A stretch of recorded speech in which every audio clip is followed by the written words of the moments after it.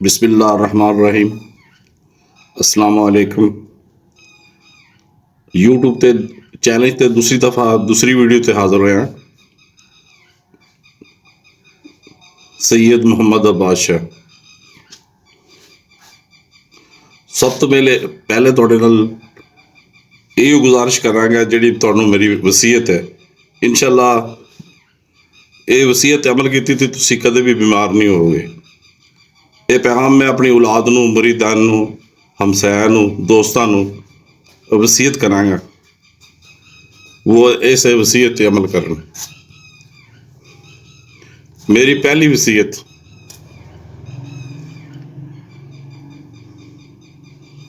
ये है,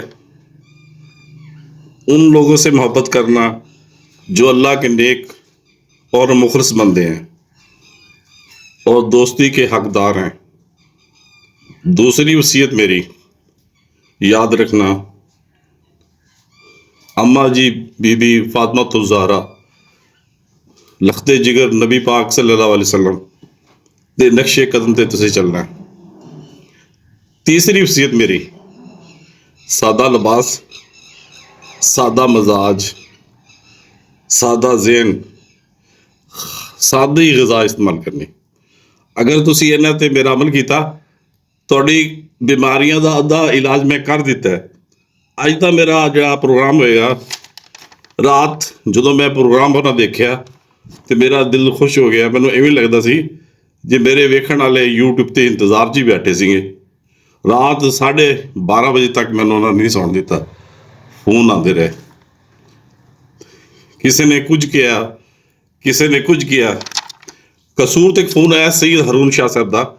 ਉਹਨਾਂ ਨੇ ਕਿਹਾ, ਬਾਬਾ ਜੀ ਮੈਂ ਬੜਾ ਪਰੇਸ਼ਾਨ ਆ, ਮੇਰੀ ਉਮਰ ਜਿਹੜੀ ਕਮ ਅਜ਼ ਕਮ 28 ਤੋਂ 30 ਸਾਲ ਹੋ ਚੁੱਕੀ ਹੈ, ਕਬਜ਼ ਦਾ ਮਰੀਜ਼ ਆ। ਉਹਨੂੰ ਮੈਂ ਆਖਿਆ ਤੁਸੀਂ ਮੈਨੂੰ ਦੱਸੋ ਆਪਣੀਆਂ ਅਲਾਮਤਾਂ, ਫਿਰ ਥੋੜਾ ਮੈਂ ਤਜਵੀਜ਼ ਕਰਾਂਗਾ।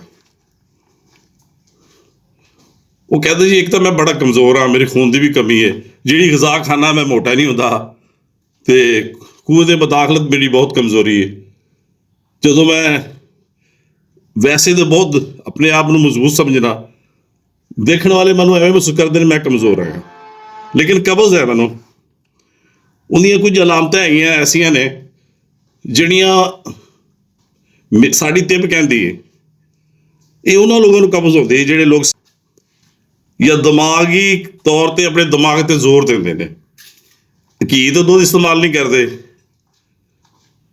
ਇਸ ਵਾਸਤੇ ਉਹਨਾਂ ਦੀਆਂ ਆਂਤੜੀਆਂ ਖੁਸ਼ਕ ਹੋ ਜਾਂਦੀਆਂ ਨੇ ਜ਼ਿਆਦਾ, ਇਸ ਵਾਸਤੇ ਕਬਜ਼ ਦੇ ਮਰੀਜ਼ ਬਣ ਜਾਂਦੇ ਨੇ। ਉਹਨਾਂ ਵਾਸਤੇ ਮੈਂ ਜਦੋਂ ਵੀ ਕੋਈ ਨੁਸਖਾ ਦੇਣਾ, ਇੰਨਾ ਲੰਬਾ ਚੌੜਾ ਨਹੀਂ ਦੇਣਾ, ਮੁਖਤਸਰੀਆਂ 2-3 ਚੀਜ਼ਾਂ ਦਿਆਂਗੇ ਜਿਹੜੇ ਇਨਸ਼ਾਅੱਲਾ ਤੁਸੀਂ ਠੀਕ ਹੋ ਜਾਓਗੇ। 2 ਚੀਜ਼ਾਂ ਨੇ, ਇੱਕ ਚੀਜ਼ ਤੁਸੀਂ ਚਾਹ ਬਣਾ ਕੇ ਪੀ ਸਕਦੇ ਹੋ, ਦੂਸਰਾ ਤੁਸੀਂ ਇੱਕ ਜਵਾਰਸ਼, ਇੱਕ ਸਫੂਫ ਬਣਾ ਕੇ ਰੱਖ ਸਕਦੇ ਹੋ। ਦੈਮੀ ਤੋਂ ਦੈਮੀ ਪੁਰਾਣੀ ਕਬਜ਼ ਖਤਮ ਇਨਸ਼ਾਅੱਲਾ। ਪਹਿਲਾ ਚਾਹ ਵਾਲਾ ਨੁਸਖਾ ਹੈ, ਅਸੀਂ ਕਹਿੰਦੇ ਗੁਲ ਬਨਫਸ਼ਾ, ਨੰਬਰ 1। ਦੂਸਰਾ ਹੈ ਸਨਾ ਮੱਕੀ। ਇਹਨਾਂ ਦੋਨੋਂ ਚੀਜ਼ਾਂ ਨੂੰ ਰਾਤ ਨੂੰ ਭਿਗੋ ਦੇਣਾ, ਉੱਠ ਕੇ ਸੁਬਾਹ ਚਾਹ ਤਰ੍ਹਾਂ ਅਸੀਂ ਇੱਕ ਗਿਲਾਸ ਪਾਣੀ ਗਰਮ ਕਰਕੇ, ਜਿਸ ਵਕਤ ਅੱਧਾ ਗਿਲਾਸ ਰਹਿ ਜਾਏਗਾ, ਅੱਧਾ ਹੀ ਗਿਲਾਸ ਨੂੰ ਸੁਬਾਹ ਸ਼ਾਮ ਪੀਣਾ। ਮਕਦਾਰ ਵਜ਼ਨ ਜਿਹੜਾ ਹੈ, ਸਨਾ ਮੱਕੀ 4 ਵਾਸ਼ੇ ਔਰ ਗੁਲ ਬਨਫਸ਼ਾ ਉਹ ਵੀ 4 ਵਾਸ਼ੇ ਬਰਾਬਰ। ਸਫੂਫ ਜਿਹੜਾ ਤੁਸੀਂ ਤਿਆਰ ਕਰੋਗੇ, ਅਨਾਰਦਾਣਾ, ਖੁਸ਼ਕ, ਸੁੰਡ, ਜ਼ੰਜਬੀਲ ਅਸੀਂ ਇਹਨੂੰ ਕਹਿੰਦੇ ਹਾਂ, ਜ਼ੀਰਾ, ਸਫੈਦ, ਹਲੀਲਾ, ਇਹ 4 ਚੀਜ਼ਾਂ ਨੂੰ ਇਕੱਠਾ ਕਰਕੇ ਗ੍ਰੈਂਡ ਕਰਕੇ ਫੱਕੀ ਬਣਾ ਲਓ। ਇਹਦੇ ਵਿੱਚ ਪਾ ਦੇਣਾ ਗਲੂਕੋਜ਼, ਇਹਦੀ 1 ਚਮਚੀ ਸੁਬਾਹ ਸ਼ਾਮ। ਜਿਹੜੇ ਮਰੀਜ਼ ਕਹਿੰਦੇ ਨੇ ਜੀ ਅਸੀਂ ਦਹਿਮੀ ਮਰੀਜ਼ ਹੈਗੇ ਕਬਜ਼ ਦੇ, ਉਹਦੇ ਨਾਲ ਉਹਨਾਂ ਨੂੰ ਸਿਰ 'ਚ ਦਰਦ ਵੀ ਹੋਏਗਾ, ਉਹਨਾਂ ਦੇ ਪੇਟ 'ਚ ਗੈਸ ਵੀ ਹੋਏਗਾ, ਬਦਹਜ਼ਮੀ ਵੀ ਹੋਏਗੀ ਤੇ ਜਲਨ ਵੀ ਹੋਏਗੀ। ਇਹ ਚੀਜ਼ਾਂ ਨੂੰ ਇਹ ਖਤਮ ਕਰ ਦੇਗਾ ਨੁਸਖਾ।